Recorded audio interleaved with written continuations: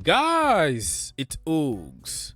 Welcome to the channel and thank you for watching. Please don't forget to like, subscribe, share, comment down below.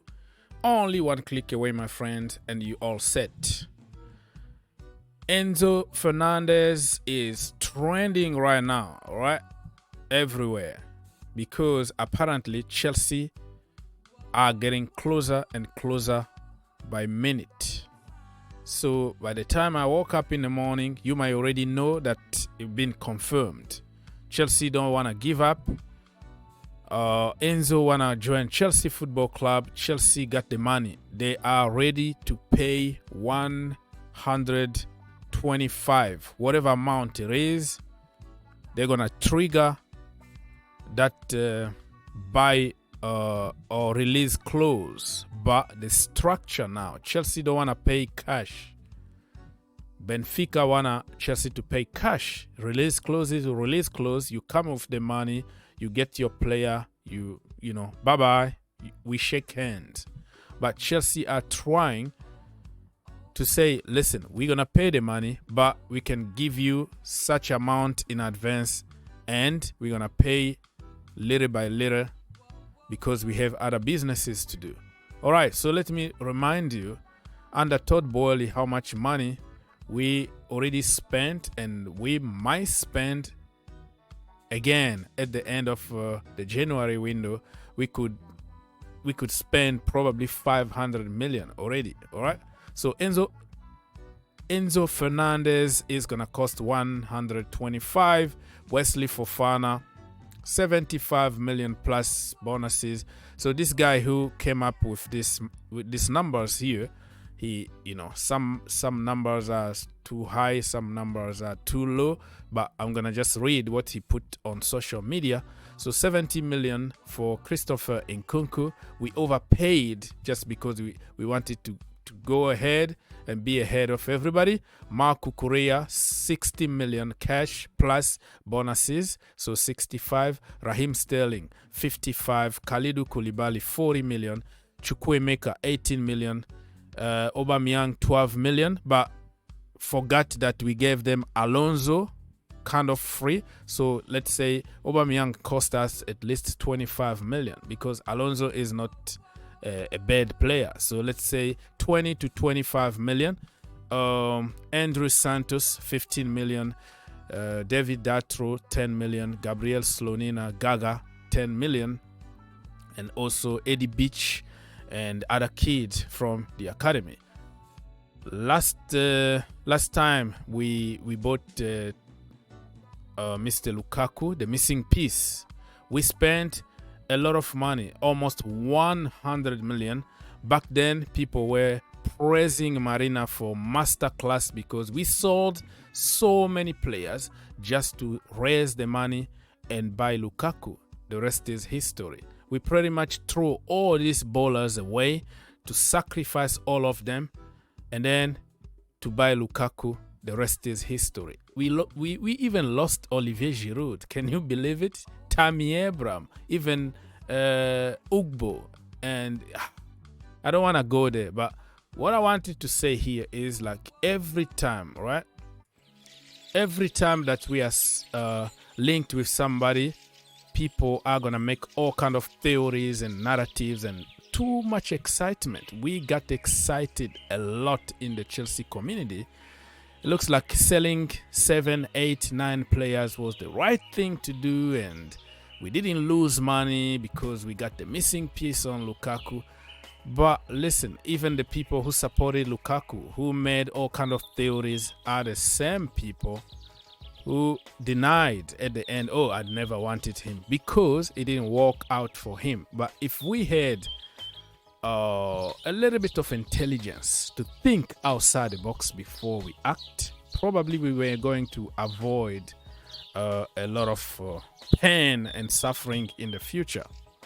So just to confirm, these sources are from Argentina, just in, like, I'm recording it, the news been there like for 5 minutes, but I don't know what time you're gonna watch it. So negotiation between Chelsea and Benfica for Enzo Fernandez are advance. Enzo is close to be a Chelsea player. Report from blah blah blah. So pending confirmation.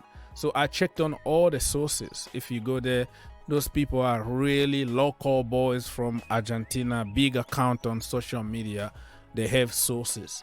Chelsea want Enzo Fernandez and is close to buying him and adding him right now. Like, we're not gonna wait. We're gonna just explode that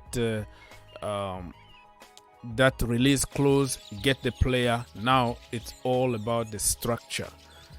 You see, I'm just showing you that those people are big account from Argentina giving us the same news. Some people are talking about 130 million. Other people are talking about 127, 125. Depend on what you want to believe and depend on the currency you want to use. So it's all in that region of 100 to 135 million. Do you think that this guy really worth the money? I don't know. This is your question, not mine. So I'm gonna give you here pros and cons of getting such a deal done. Pros, okay? We're gonna be a different Chelsea. When you buy a player like him, he can tackle, he can run, he get the big engine, he get the vision, he has everything that we are missing right now. You're gonna see a different Chelsea. Number two, no more blames. When you have people who work so hard in the midfield, we're not gonna blame Mason Mount. We're not gonna blame Conor Gallagher. We're not gonna blame English players and academy players anymore. You will see when we get somebody like Enzo, okay, and Rice or somebody else. Rice is from the academy, doesn't count. But proper people in that midfield, you're not gonna blame anybody because everything is gonna be connected, like, easily. Number three, win or lose, it's gonna be together. No more, when we lose, it's Mason Mount. When we win, it's Jorginho Masterclass. It's gonna be the team working for each other to win or lose. They don't play to lose anyways. Number four, the offense and the defense will be linked together. People don't understand that the midfield is the heart because they connect the attack and the defense. They help defensively, they help offensively, and they can also deliver the end product. But a Chelsea Football Club is always pointing fingers on other people. We are not connected. We are not a team because everybody can walk in our midfield just like nothing else. But of course, it's Mason Mount's fault. And then they get to the defense, and then it's Mendy's fault. It's somebody in the defense, or Chalobah. It's Chalobah's fault. Number five, I already talked about the end product. The guy is gonna bring assist, goals, tackles, energy, the grinta. They call it grinta, okay, in Spanish. Like that energy fight for 90 minutes. Cons. This is my own biased opinion. We are getting to unknown territory here, right? We don't know really if the guy is going to kill it in the Premier League on cold Monday night in Stoke. This is the Premier League, is a different animal. I know that he got crazy statistics. I know that we all are making theories and narrative how he's going to destroy everybody and he's the best in the world. But listen, I heard about Lukaku, I heard about Morata, I heard about Koulibaly, I heard about Fofana. I'm not a kid anymore. Nobody is going to manipulate me. You have to come and do it for me before I give you any kind of credit. Number two, we're going to set a precedent. When you pay 130 million, that is breaking our record, right? People are going to be watching, and you better hit the ground running. No excuses. From day one, people expect you to be different. But he's 21-old kid. If you put that kind of pressure on a kid, he might collapse. Too much money, too much pressure, and we don't know. Number three, the risk of injury. For example, if a player of 135 million got injured and he's out for 3 months, and then who is going to replace him? So it's difficult because a Chelsea Football Club, people can come healthy. When they get to Chelsea, they start getting injured, and our injuries at Chelsea is like 3 months out. That's the kind of injuries that we have. We are cursed with injuries. Number 4, other target missed. Listen, with 130 million, if we do our homework, we could bring 3 quality midfielders that can get the job done.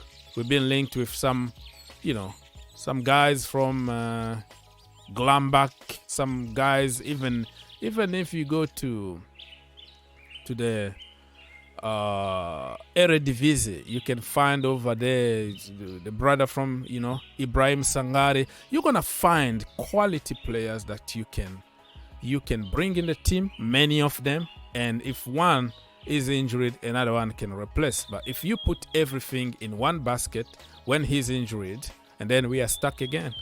Number 4, I talked already about the other targets that we could have had cheaper and probably better. Number 5, if his flops, we're gonna be another laughing stock. Now we are laughing stock because of Lukaku. Lukaku, people told us he flopped at Manchester United. He's not good enough. He gained weight. He's too big. Blah blah. We didn't listen. Even people who are pretending today they never wanted Lukaku, they are just lying. Everybody in the same channel, we were doing live, people were calling and saying how lucky we are to have Lukaku, how lucky we are to have Fofana, he's the next coming of John Terry, blah blah blah. What is happening now? The rest is history. Sterling, what is happening? The rest is history. So my conclusion is, the end of the day, we are Chelsea. If Todd Boehly, Graham Potter, and our scouting department, Vivel, and all the directors that we have, they decide to go for Enzo, they are sure with the medical team that this guy is going to stay healthy. He's going to take Chelsea to the next level. I'm all for it. Anybody right now but what we got, in the midfield, if it's going to help us to destroy that backward, sideways recycling factory at Chelsea Football Club, bring it on. Anybody right now that can do better than those, factory, recycling factory, controlling the tempo, as it was something to worship, control the tempo. We don't need to control the tempo. We need energy to attack people and destroy people and win games. You know what I mean? So let me give you an example, right? If you go to Manchester City, Kevin De Bruyne don't need 10 bodyguards. Kevin De Bruyne, even everybody around him is bad. He's gonna do one thing that will make you say, wow, he's world class. So he made other people better. He made them good. He makes average, poor players look world class. Messi the same, Mbappe the same, Neymar the same. That is the engine. But if your engine can't run, and always blame people, okay? If he doesn't function, if other people around him are not functioning, so why are you the engine? Because we depend on you. We want to see that tackle. We want to see that killer pass. We want to see that golazo from 60 yards. We want to see something that will tell us you are exceptional, even playing among the so-called poor players around you. That is the difference. Other engines, their teams need them to save them, but our engine need us to save him in order for him to function. Levels. So the day Chelsea are going to have a proper midfield, all the theories and narratives and blames and all that, it's going to go down. Watch.